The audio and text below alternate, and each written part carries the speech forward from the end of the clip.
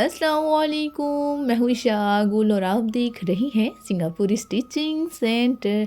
आज की इस वीडियो में मैं आपको कट वाली पट्टी बनाना सिखाऊंगी जो कि ट्रेंड में है और बहुत ही अच्छी लगती है। लेकिन इससे पहले अगर आप मेरे चैनल पर नए हैं तो चैनल को सब्सक्राइब कर दीजिए और बेल आइकन प्रेस करना तो बिल्कुल मत भूलिएगा। आइए अब चलते हैं अपनी वीडियो की तरफ। सबसे पहले हमने एक छोटा सा गला कटिंग कर लेना है शर्ट के फ्रंट साइड में, क्योंकि मैंने बैंड लगाना है, फ्लैट बैंड लगाना है जो कि काफ़ी बड़ा होता है, तो उसके लिए मुझे एक बड़ा गला ही बनाना है। 3.25 इंच मैंने उसकी लंबाई रखी है और 3.5 इंच या 3 इंच आपने उसकी चौड़ाई रख लेनी है। मतलब आप जितना बड़ा गला बनाना चाहें वो आपकी मर्ज़ी है। जब आप ऐसे बॉक्स बना के गुलाई करेंगे तो गले की गुलाई परफेक्ट होती है। आप अगर जेपी बुकरम का भी बना रहे हों गोल गला तो पहले ऐसे ही एक बॉक्स तैयार करना है, उसके बाद आपने गुलाई करनी है। गला परफेक्ट कटिंग होगा, ट्रेस परफेक्ट होगा तो कटिंग भी परफेक्ट होगा। इसलिए अब जब आप ट्रेस करें तो कोशिश किया करें वो परफेक्ट हो ताकि गला परफेक्ट कटिंग हो। ये देखिए हमारा गोल गला कटिंग हो चुका है। इसमें हमने बैंड लगाना है और ये जो कटिंग में से निकला है ये आपने बिल्कुल भी ज़ाया नहीं करना। यहाँ पे अब हम कट लगाएंगे। आपने कितना लंबा कट रखना है ये आपकी मर्ज़ी है। स्टैंडर्ड साइज जो कट होता है वो 5.5 से 6 इंच होता है, लेकिन मैं थोड़ा बड़ा कट लगाना चाहूँगी। बाकी आपकी मर्ज़ी है 7.5, 6, 5 या 5.5, इससे कम बिल्कुल नहीं होना चाहिए। 5 या 5.5 इंच से अगर आप कट छोटा रखेंगे तो आपको गला पूरा नहीं आएगा, जो कि मसला बनेगा। इसलिए 5.5 और 6 या 6 कट लाजमी रखना है। वहाँ तक पहले आपने निशान लगा लेने हैं जहाँ तक आपने कट रखना है। उसके बाद सेंटर का ख्याल रखना है कि आपकी शर्ट की तह बिल्कुल सेंटर में लगी हुई है।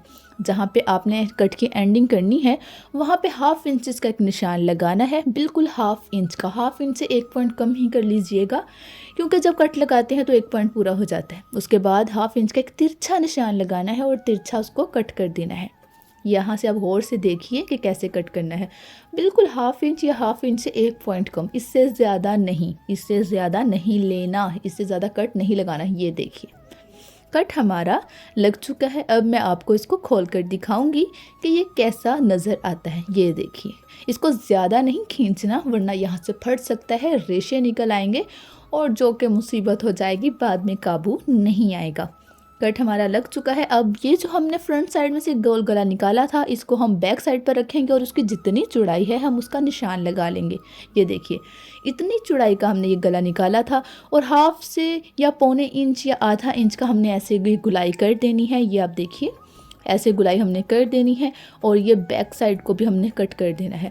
बैक साइड को कटिंग करने का ये होता है कि जब हम बैन या कॉलर लगाते हैं तो पिछले वाले हिस्से में कपड़ा ढीलापन नहीं आता, कपड़े में शर्ट बिल्कुल परफेक्ट आती है और किसी भी किस्म को मसला नहीं बनता।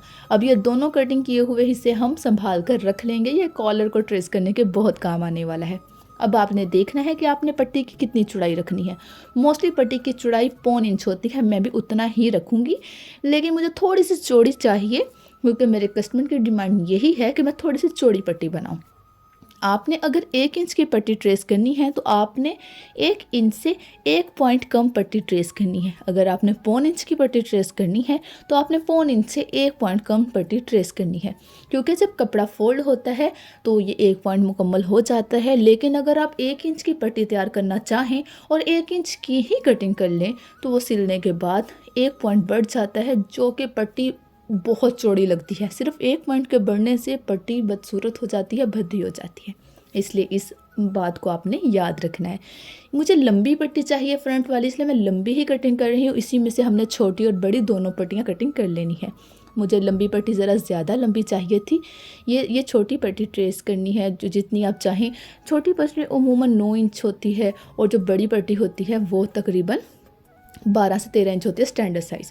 जो छोटी पट्टी होती है वो मोस्टली कट के जितनी ही होती है। 9 इंच का कट था तो मैंने 9 इंच की ही पट्टी कटिंग करी और ये देखिए, ये मैंने कैसे कपड़े को फोल्ड किया, उसके बाद कैसे निशान लगाना है यहाँ से गौर से देखिएगा। पट्टियाँ हम चिपका चुके हैं, 1/2 इंच का मार्जिन छोड़ के पट्टी को चिपकाया, उसके बाद फोल्ड करके पट्टी बुकरम को जब हमने फोल्ड किया तब भी 1/2 इंच का मार्जिन रखा। अगर आपको यहाँ से ना समझ आए तो आप वीडियो को पीछे थोड़ा करके देख सकते हैं, ताकि आपको अच्छे से समझ आ जाए और कपड़ा ज़ाया नहीं हो और आपकी कटिंग परफेक्ट हो जाए। ये देखिए, पट्टियाँ लंबी भी चलती हैं, 12 इंच स्टैंडर्ड साइज़ है पट्टी का। अगर हाइट लंबी है, अगर आपने ज़्यादा लंबी पट्टी रखनी है तो आप 16 इंच 17 इंच भी कर सकते हैं, लेकिन अगर आपकी हाइट कम है तो 12 इंच से ज़्यादा लंबी पट्टी बिल्कुल मत बनाइएगा।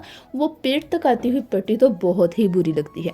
एक साइड पट्टी की हम कर चुके हैं, अब दूसरी साइड हमने पट्टी की कटिंग करनी है सेम उसी तरीके के साथ। ये देखिए, 1/2 इंच हम पहले ही मार्जिन रख चुके थे सिलाई का जब हमने पट्टी को चिपकाया, और बाकी दूसरा 1/2 इंच हमने एक्स्ट्रा कपड़ा कटिंग करते हुए रख लिया। अब हम इसको कच्चा करेंगे।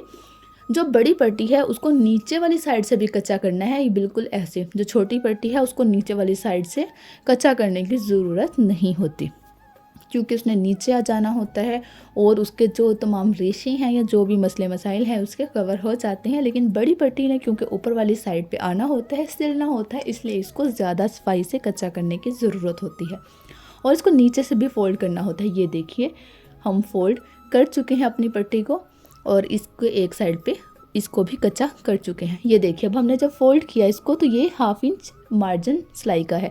अब यहाँ पे दोनों पट्टियों को एक दूसरे के ऊपर रखना है बिल्कुल बराबर। जो चेपी बुकरम है इसको बिल्कुल बराबर रखना है और सेंटर में 1/2 इंच का कट लगा लेना है। यहाँ पे आप गौर से देखिएगा कि मैं कट कैसे लगाऊंगी, बिल्कुल सेंटर में 1/2 इंच का कट लगा लेना है। अगर आप फर्स्ट टाइम बना रहे हैं तो अच्छा होगा कि आप निशान लगा लें। चौक को ब्रीक करके भी निशान लगा सकते हैं या कच्ची पेंसिल का इस्तेमाल करते हुए भी निशान लगा सकते हैं। उसके बाद दोनों पट्टियों को इकट्ठे आपने काट लेना है। ये खोलने के बाद कुछ इस तरह की दिखेगी। उसके बाद आपने जो इस सेंटर वाला एक्स्ट्रा कपड़ा है इसको ऐसे फोल्ड करना है और पट्टी को बंद कर देना है। ये देखिए, हमारा कट तैयार हो गया है। ये कट से लेके ऊपर से लेके इस साइड तक हमने पूरे किनारे की सिलाई इसको लगा देनी है ताकि इसकी तय अच्छे से बैठ जाए। गौर से देखिएगा कि ये जहाँ पे मैंने उंगली रखी थी पूरा लंबाई तक हमने इसको किनारे की सिलाई ऐसे लगा देनी है, दोनों पट्टियों को अलग अलग। इस ऐसे पट्टी तैयार करने से ये होता है बैन या कॉलर एक दूसरे के ऊपर नहीं आता, बल्कि बिल्कुल बराबर आता है जैसे मर्दाना पट्टियाँ होती हैं। बहुत अच्छा लगता है, मतलब वरना मोस्टली कट बनाना नहीं आता तो पट्टी जब बना लेती हैं तो वो एक दूसरे के ऊपर कॉलर या बैन आ जाता है तो बुरा लगता है। ये देखिए, इस साइड पर किनारे की सिलाई लगा चुके हैं। ये आप देखिए और से किनारे की सिलाई दोनों पट्टियों पर लगा चुके हैं। अब हम इसको शर्ट पर फिक्स करेंगे। यहाँ से हमने बैक साइड पर रखना है, बैक साइड पर पट्टी को रखना है। जब बैक साइड पर रखकर पट्टी को सिलाई लगाएंगे पूरे 1/2 इंच की, तो जब फोल्ड करेंगे वो सीधी साइड पर खुद ब खुद आ जाएगा। तो यहाँ पे आपने मुकम्मल 1/2 इंच की ही सिलाई लगानी है, क्योंकि जो हमने फ्रंट पर 1/2 इंच का कट लगाया था, तिरछा कट, वो 1/2 इंच का ही था, तो हमें 1/2 इंच ही सिलाई में लेना है।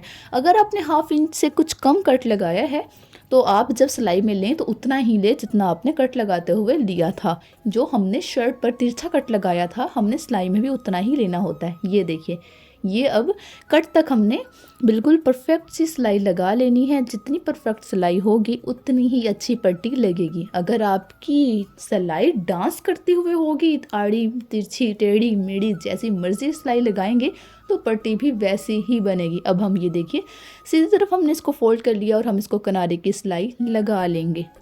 ये आप देख ही रहे हैं कि जितना मेरा कट था मैंने छोटी पट्टी बिल्कुल उतनी रखी है, इसलिए वो कितनी सफाई से मुड़ गई है। तो अगर आप थोड़ी छोटी भी कट से रखना चाहें, छोटी पट्टी को कट से कुछ कम भी रखना चाहें तब भी आप रख सकते हैं। तो ये किनारे की सिलाई अब हम इस साइड पर भी लगा लेंगे और ये हमारे एक हिस्सा तैयार हो चुका है। अगर आप ऐसे डायरेक्ट सिलाई ना लगाना चाहें तो पहले कच्चा कर लें, ताकि पीछे वाली साइड पर कोई बल ना हो, कोई एक्स्ट्रा कपड़ा ना हो उसके अंदर जमा हो। ये देखिए, एक हिस्सा हमारा तैयार हो गया है। अब हमने दूसरा हिस्सा भी बिल्कुल सेम ऐसे ही तैयार करना है। अब मैंने सीधी साइड अपनी तरफ रखी हुई है, नीचे पट्टी मैंने खोल कर रख ली है। आपको जैसे आसानी हो आप वैसे ही सिलाई लगा सकते हैं, लेकिन पट्टी बैक साइड पे ही आनी चाहिए ताकि फोल्ड होकर वो फ्रंट वाली साइड पर आ जाए। ये मेरी वाली साइड पर अगर सीधा हिस्सा है तो पट्टी नीचे वाली साइड पर रखेंगे ताकि पट्टी पलट कर ऊपर वाली साइड पे आ जाए। ऊपर वाला कपड़ा बिल्कुल बराबर रखेंगे और क्योंकि हाफ इंच हमने सिलाई में लेना है तो हाफ इंच ही लेना है। आप निशान भी लगा सकते हैं लेड पेंसिल से या चौक बारीक कर लें, वरना तो टेलर चौक तो बारीक ही होता है, आप उससे भी लगा सकते हैं। जब भी सिलाई लगाएं तो पहले सिलाई को 2-3 टांके एक्स्ट्रा भर कर बैक जाके दोबारा से पक्का कर लें ताकि वो उधड़े नहीं और मज़बूती के साथ हमारी जो भी सिलाई हो वो लगे। जब भी आप सिलाई करें और आप प्रोफेशनल टेलर बनना चाहते हैं तो इस बात का ख़ास ख्याल रखें कि जब आप अपनी सिलाई को शुरू करें और जब भी सिलाई का एंड करें तो सिलाई को पक्का लाजमी करें। ये देखिए जितना हमने सिलाई में लेना था वो परफेक्ट सिलाई में लिया गया है और कट तक पूरी अच्छे तरीके के साथ बहुत ही नफासत के साथ हमारी सिलाई लग चुकी है और हमने पक्का कर लिया है। अब इसको भी हम इधर को फोल्ड करेंगे, लेकिन इसको फोल्ड करने से पहले हम इसको कच्चा करेंगे ताकि ये बहुत ही सफाई के साथ आ जाए। बड़ी वाली पट्टी को ऐसे ही किनारे की सिलाई नहीं लगा देते होते, इसे छोटी पट्टी के ऊपर रख कर सेट करते हैं ताकि बिल्कुल परफेक्ट सी जब हमारी किनारे की सिलाई हो बहुत ही आसानी से और परफेक्ट लग जाए। बहुत ही आसान तरीके से अभी मैं आपको बताऊंगी कि इसको कैसे सेट करना है। ये देखिए यहाँ से क्योंकि हमने एक साइड को कच्चा किया हुआ था इसलिए बहुत ही आसानी से मुड़ जाएगा और कोई भी मसला नहीं करेगा। अब इसको ये यहाँ पे मुझे थोड़ी मुश्किल हो रही है तो आपको मैं नीचे रख कर भी बता दूंगी कि इसको कच्चा वगैरह कैसे करना होता है ताकि आपको आसानी से समझ आ जाए।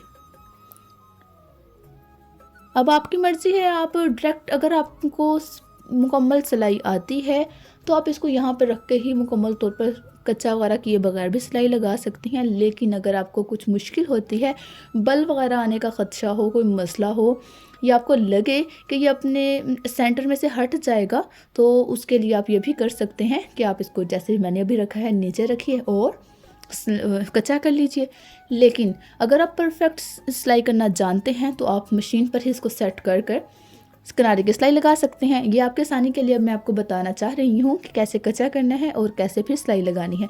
कट के ऊपर बिल्कुल कट आ गया है, कट बिल्कुल बराबर आ गए हैं, पट्टी एक दूसरे के ऊपर मुकम्मल तौर पर आ गई है क्योंकि हमने सिलाई में बिल्कुल परफेक्ट अंदाज में लिया है। हाफ इंच को निशान लगाए बगैर भी ले सकते हैं आप हाफ इंच अंदाजे से, वरना निशान लगा लें तो ज़्यादा बेहतर है। अब आपने एक दूसरे के ऊपर पट्टी को रखते हुए इसको कच्चा कर लेना है। कोई बल नहीं आएगा, कुछ मसला नहीं होगा। अगर आपको डर है तो आप इस वीडियो को दोबारा देखिए। आपको जो चीज़ें नहीं समझ आ रही आप कमेंट सेक्शन में भी पूछ सकते हैं ताकि मैं एक और वीडियो अपलोड करूं। जो मसले रह गए हैं, जो चीज़ें मैं आपको नहीं बता सकी वो बताऊं। यहाँ पे हमने ठोका बनाना है, वहाँ पे निशान लगा लीजिए। जहाँ पे आप बनाना चाहें वहाँ पे आप कर सकते हैं ठोका। छोटा बनाना है तब भी आपकी मर्ज़ी है, बड़ा बनाना है तब भी आपकी मर्ज़ी है। ये वहाँ पर सिलाई लगाई जाती है जहाँ तक हमारी छोटी पट्टी हो ताकि छोटी पट्टी नीचे सिल जाए। छोटी पट्टी से हाफ इंच ऊपर सिलाई लगाई जाती है ठोके की ताकि वो अच्छे से सिल जाए। ये देखिए सिलाई हम किनारे की लगा चुके हैं और ये परफेक्ट सी पट्टी तैयार हो गई है। उम्मीद है आपको इतनी ही आसान तरीके से समझाती हूँ मैं तो समझ आ गई होगी और अब जब आप ट्राई करेंगे तो किसी भी गलती का इम्कान नहीं रहेगा। अगर आपको वीडियो अच्छी लगी है तो वीडियो को लाइक कर दीजिए, कमेंट कर दीजिए, इससे मेरी हौसला अफजाई हो जाती है। और इसके साथ साथ अगर आपको वीडियो अच्छी लगी है तो मेरे चैनल को सब्सक्राइब करना तो बिल्कुल मत भूलिएगा।